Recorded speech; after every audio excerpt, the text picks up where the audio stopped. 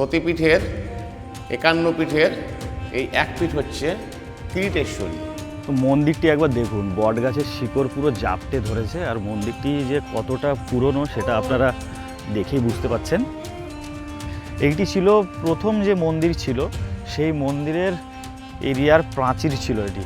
দেখতে পাচ্ছেন কতটা চওড়া, একবার দেখুন। এই যে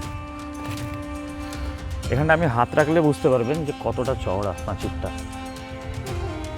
আনন্দ ট্রাভেলসের নতুন গল্পে সবাইকে স্বাগত। আজকের গল্প হবে পৌরাণিক ভিত্তিতে। আজকে আমার গন্তব্য বেশি দূর না হলেও জায়গাটির গুরুত্ব কিন্তু অনেক বেশি। আজ আমরা ঘুরে দেখব সতীপীঠের অন্যতম এক পীঠ কিরিটেশ্বরী মায়ের মন্দির। কলকাতার খুবই কাছে মুর্শিদাবাদ জেলায় রয়েছে এই কিরিটেশ্বরী মায়ের মন্দির। এইখানে পতিত হয়েছিল সতী মায়ের মুকুট। আরও ইতিহাস জানবো আমরা এই গল্পে। চলুন তবে শুরু করে ফেলি আজকের ভ্রমণ গল্প।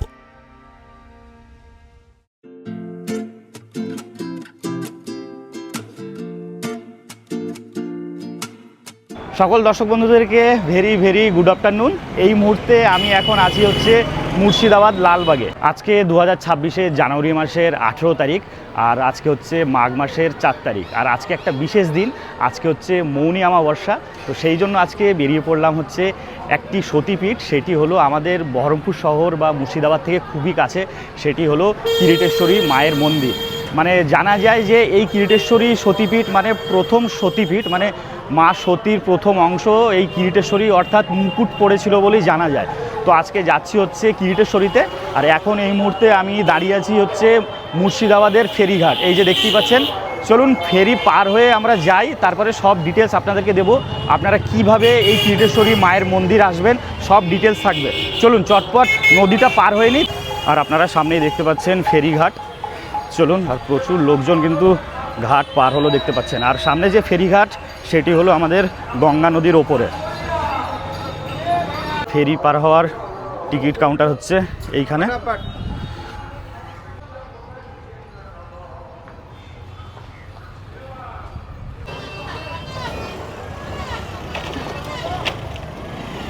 তো এই মুহূর্তে আমি এখন মুর্শিদাবাদ সদরঘাটে, আর এই মুহূর্তে নৌকায় আছি, আর নৌকা এই মুহূর্তে ছেড়েও দিয়েছে।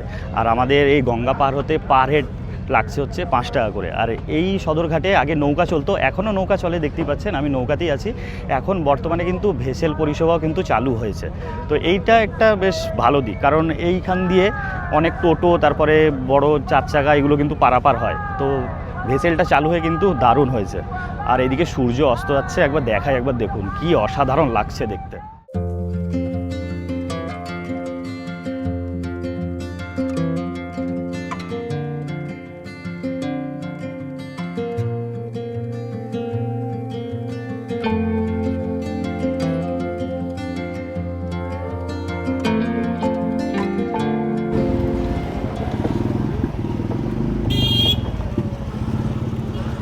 আমরা সদরঘাট পার হয়ে চলে এলাম হচ্ছে গঙ্গার এপারে। আর আমরা যে দিকটা এখন দাঁড়িয়ে আছি এইটি কিন্তু ডাহাপাড়ার আন্ডারে পড়ছে। তো আপনাদেরকে তো একটা কথা বলতে ভুলে গিয়েছি যে আজকে কোনো বাস বা ট্রেনে আমরা জার্নি করছি না।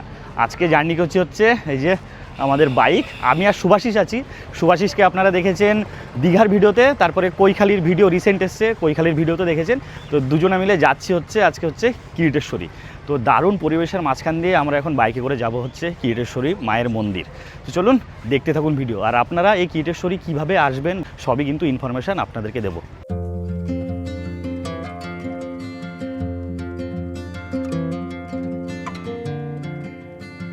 লালবাগ সদরঘাট পার হয়ে মানে গঙ্গা পেরিয়ে কিছুটা পথ এসেই, কিছুটা পথ বলতে মোটামুটি 400 মিটার মতো এসেই এই যে এই মোড় পড়বে দেখতেই পাচ্ছেন। আর এই যে এখানে লেখা আছে ঘোষবাগ মেমোরিয়াল 1.2 কিলোমিটার। তো এই মেমোরিয়ালের কিন্তু ভিডিও করা আছে, আমার চ্যানেলে আপলোড করা আছে। আমি ডেসক্রিপশন বক্সে আর আই বাটনে লিঙ্ক দিয়ে দিলাম, অবশ্যই দেখে নিতে পারেন। এইখানে রয়েছে হচ্ছে সিরাজদৌল্লার হচ্ছে কবরস্থান, তার সঙ্গে রয়েছে হচ্ছে আলীবর্দী খায়ের কবরস্থান, আরও প্রচুর কবরস্থান আছে।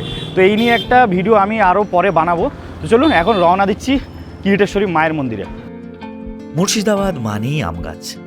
মুর্শিদাবাদের রাস্তায় বাইক চালাবো আর আমবাগান দেখতে পাবো না, সেটা কি হয়? মুর্শিদাবাদ মানেই শুধু ঐতিহাসিক গল্প নয়, আমার মুর্শিদাবাদের ঠাসা রয়েছে অনেক পৌরাণিক কাহিনী। চলুন আজ তবে সবাই মিলে সাক্ষী হই এক পৌরাণিক কাহিনীর।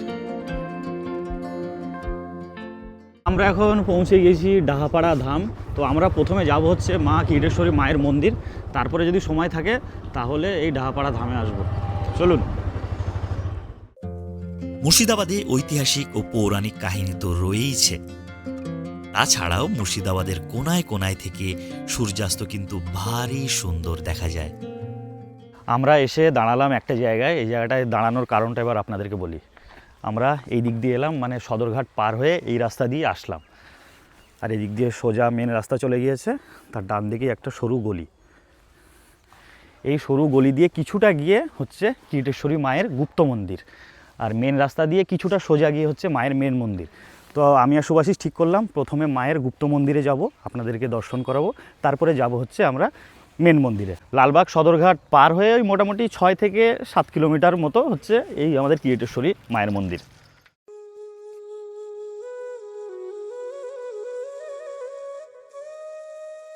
আমরা এখন এই মুহূর্তে এসে পৌঁছালাম কিরিটেশ্বরী মাতার গুপ্ত মন্দির।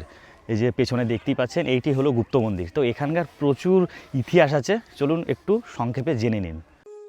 কিরিটেশ্বরী আসলে এই গুপ্ত মন্দিরে না আসলে মায়ের দর্শন হয় না। এই গুপ্ত মন্দিরে মা কিরিটেশ্বরী প্রায় 350 বছর ধরে রয়েছেন। নবাব মুর্শিদকুলি খাঁয়ের রাজত্বকালে বহিরাগতদের আক্রমণের ফলে মাকে সুরক্ষিত রাখার জন্য এই গুপ্ত মন্দিরে মাকে প্রতিষ্ঠিত করা হয়। তবে থেকে এই জায়গার নাম হয় গুপ্ত মন্দির। তবে আমরা গুপ্ত মন্দির দর্শন করে মায়ের আদি মন্দিরে অবশ্যই যাব। তো এই যে মেন গেট দিয়ে ঢুকেই ডান দিকে পড়বে দুটি শিব মন্দির, আর ঠিক বাঁ হাতেই রয়েছে আমাদের মা কিরিটেশ্বরী। আপনারা সামনে দেখতে পাচ্ছেন এই যে আমাদের মা কিরিটেশ্বরী মায়ের গুপ্ত মন্দির, এখানেই মা বিরাজমান।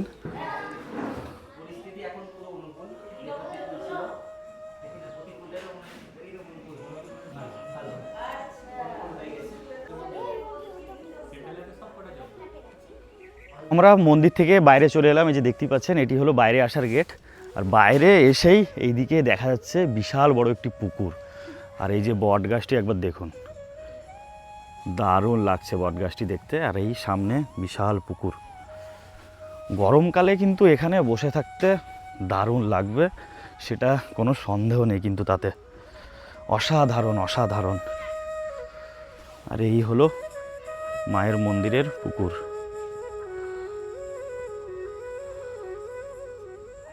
আমাদের কিরিটেশ্বরী মাতার গুপ্ত মন্দির দেখা কমপ্লিট হলো। তো কেমন লাগলো অবশ্যই কমেন্টে বলবেন। আর বাইরে বেরিয়ে আপনাদেরকে একটা জিনিস দেখাই, দেখুন। আপনারা মাটির দুতলা বাড়ি দেখেছেন? এই যে সব মাটির দুতলা বাড়ি কিন্তু এগুলো, কি দারুণ লাগছে দেখতে।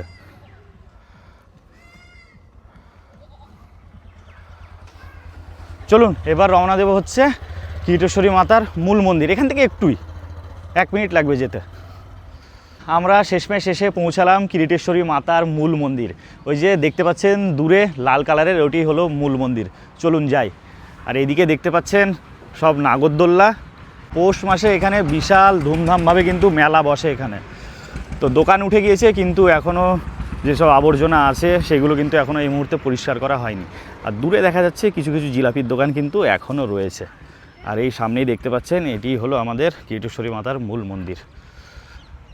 আর মন্দিরের সামনেই দেখতে পাচ্ছেন কিছু কিছু খাবার দাবারের দোকান, যেমন আইসক্রিম, এইদিকে লুচি বিক্রি হচ্ছে, এইদিকে নিরামিষ চপ, আখের রস, এইসব জিনিস আপনারা টুকটাক এখানে পেয়ে যাবেন। আর ঠিক মন্দিরের ডান দিকেই আপনারা পেয়ে যাবেন হচ্ছে পুজো দেওয়ার জন্য পেয়ারা এবং ডালার দোকান। আর এই হলো মূল মন্দির। কিরিটেশ্বরী মন্দির মুর্শিদাবাদের কিরিটকণা গ্রামে অবস্থিত। এইখানে সতীমায়ের কিরিট অর্থাৎ মুকুট পতিত হয়েছিল বলে জানা যায়। সেই থেকেই এই জায়গার নাম হয় কিরিটকণা ও মায়ের মন্দিরের নাম হয় কিরিটেশ্বরী। এইখানে সতীমায়ের দেহাংশ পতিত না হওয়ায় এটিকে উপপীঠ হিসাবে বিবেচিত করা হয়। মূল মন্দিরটি প্রায় 1000 বছরেরও বেশি পুরনো। এই মন্দিরটি একাধিকবার ধ্বংস ও পুনর্নির্মাণ করা হয়েছে। তবে বর্তমান কাঠামোর শিকড় 19 শতকে রাজা দর্পণারায়ণ তৈরি করেছিলেন। তৎকালীন বাংলার শেষ স্বাধীন নবাব সিরাজদৌল্লার প্রধান সেনাপতি মির্জাফর যখন কুষ্ঠরোগে আক্রান্ত হন, তখন মির্জাফর এই কিরিটেশ্বরী মায়ের চরণামিত্র পান করেই কুষ্ঠরোগ দূর করেছিলেন বলে জানা যায়। ওম সর্বমঙ্গলে মঙ্গলে শিবে সর্বার্থ সাধিকে শরণ্যত্রম্বকে গৌরী নারায়ণী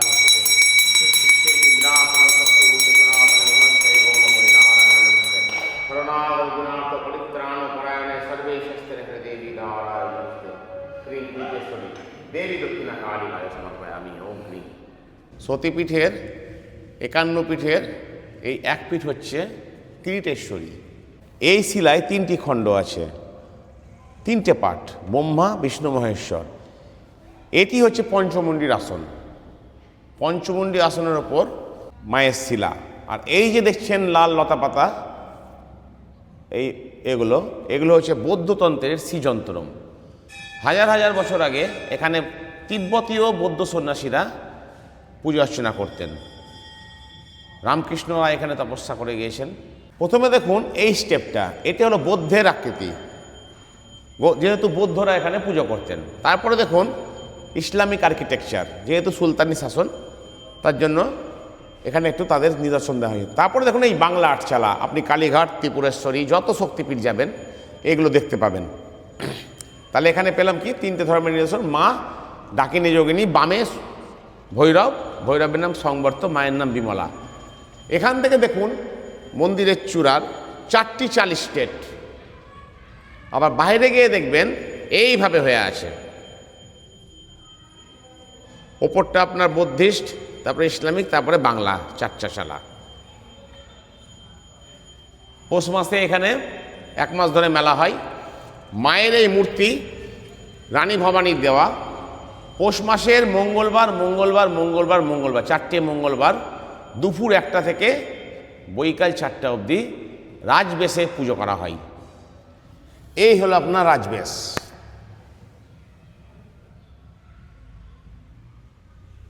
তাছাড়া বাদ বাকি আপনার পুজো করা হয় এই শিলার ওপর। সর্বমঙ্গলে মঙ্গলে শিবে সর্বার্থ সাধিকে ওম ক্রিং ওম দক্ষিণা কালী সমর্পয়ামি ওম ক্রিং ওম ক্রিং।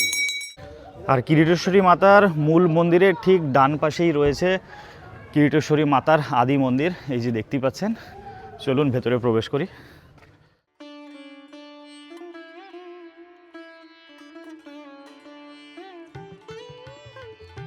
কিছুক্ষণ আগে আপনারা গুপ্ত মন্দিরে যে মাকে দর্শন করেছিলেন, সেই মাই আগে এখানে বিরাজমান ছিলেন। শত্রুদের আক্রমণ থেকে মাকে সুরক্ষিত রাখার জন্য মাকে গুপ্ত মন্দিরে স্থাপন করা হয়েছিল।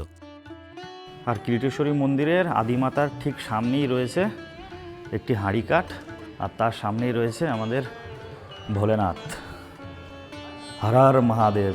এখানে অনেক কটি শিবলিঙ্গ রয়েছে। চলুন, মন্দির তো ঘুরিয়ে দেখালাম, আশপাশেও কিন্তু দারুণ সুন্দর সুন্দর দেখার জিনিস আছে। মানে পুরনো দিনের প্রাচীর, তারপরে পুরনো দিনের মন্দিরের ধ্বংসাবশেষ, এখানে পেছনে একটি পুকুরও রয়েছে। চলুন আশপাশটা এখন ঘুরি। তো এখন মন্দির ঘুরে ঠিক চলে এলাম হচ্ছে মন্দিরের পেছনে। আপনাদেরকে একটা জিনিস দেখে একবার দেখুন। এই যে দেখতে পাচ্ছেন এই বিশাল বটগাছ, আর তার ঠিক নিচেই রয়েছে একটি মন্দির। একবার দেখুন, বট গাছের শিকড় পুরো জাপটে ধরেছে। আর মন্দিরটি যে কতটা পুরনো সেটা আপনারা দেখেই বুঝতে পাচ্ছেন। বিশাল বট গাছ। আর এটি হলো শিব মন্দির, ভেতরে আমাদের ভোলেনাথ বিরাজমান।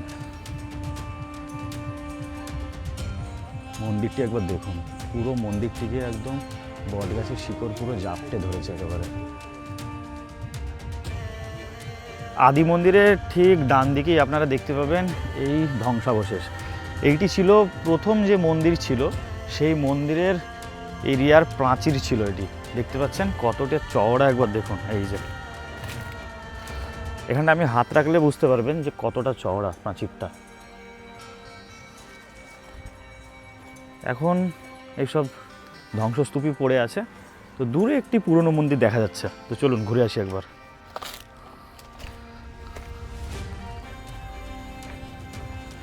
এর আগে যখন এসেছিলাম 23-এর শেষের দিকে, তখনকার থেকে এখন কিন্তু অনেক কিছু একটু উন্নত হয়েছে। এই যে মন্দিরটি একবার দেখুন,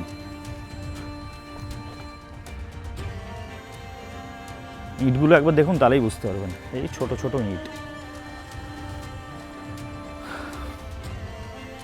অসাধারণ অসাধারণ। আপনারা চলে আসতেই পারেন একবার, এখানে আসুন, এখানে ঘোরাফেরা করুন, তবে গিয়ে এই জায়গা আরও উন্নত হবে। তো আপনাদেরকে বারবার বলছি, আপনারা অবশ্যই এই কিরিটেশ্বরী ঘুরতে আসুন। চলুন এবার যাব হচ্ছে পুকুরের পাড়ে। আর কিরিটেশ্বরী মন্দিরের ঠিক পেছনেই রয়েছে এই একটি পুকুর। এখানে একটি বেল গাছ আছে, বেল গাছটি একবার দেখুন কি লাগছে দেখতে। কোনো পাতা নাই, পাতা পুরো খসে গিয়েছে, পুরো কঙ্কাল দাঁড়িয়ে আছে। বেল গাছটি কিন্তু দারুণ লাগলো দেখতে, মানে একটা রহস্যময় একটা জিনিস। আর এই হলো পুকুর।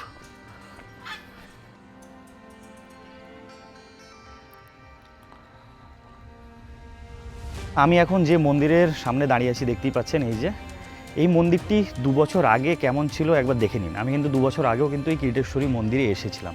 তো এখন দেখছেন পুরো নতুন করে সংস্করণ করা হয়েছে। 2 বছর আগেকার ছবিটি একবার দেখুন।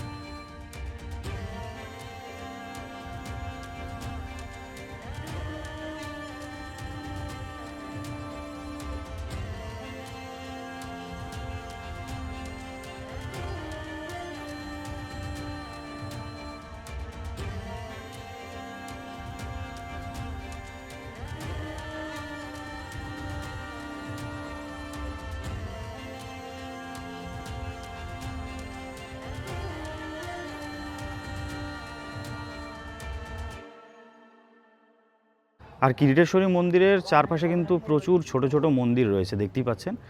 এই যে ওইদিকে দূরেও রয়েছে, এইদিকে রয়েছে। তো এইসব মন্দিরগুলো বছর 1.5 আগে কিন্তু পুরোই ধ্বংসস্তূপে পরিণত হয়ে গিয়েছিল। তো আস্তে আস্তে নতুন করে সংস্করণ করা হচ্ছে। তো এটা একটা দারুণ ব্যাপার। এই যে এইদিকে দেখতে পাচ্ছেন, এটি তো পুরো ভেঙে গিয়েছিল, নতুন করে তৈরি করা হয়েছে। চলুন এবার চলে যাব হচ্ছে আমরা ডাহাপাড়া ধাম। তো আপনারা দেখছেন এই যে আবার গুপ্ত মন্দিরে। তো এই যে ব্যাগ ফেলে চলে গিয়েছিলাম, এখানে ঘুরে টুরে আমরা চলে গিয়েছিলাম হচ্ছে মূল মন্দিরে।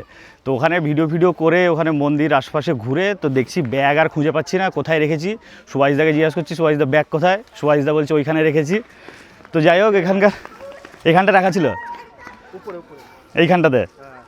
তো যাই হোক, এই গুপ্ত মন্দিরে ঠাকুরমশাই ব্যাগটা রেখে দিয়েছিল। তো অসংখ্য ধন্যবাদ ঠাকুরমশাইকে, আর সবই মায়ের মহিমা, ওই জন্যই পেলাম। জয় মা। চলুন এবার যাব হচ্ছে ডাহাপাড়া ধাম।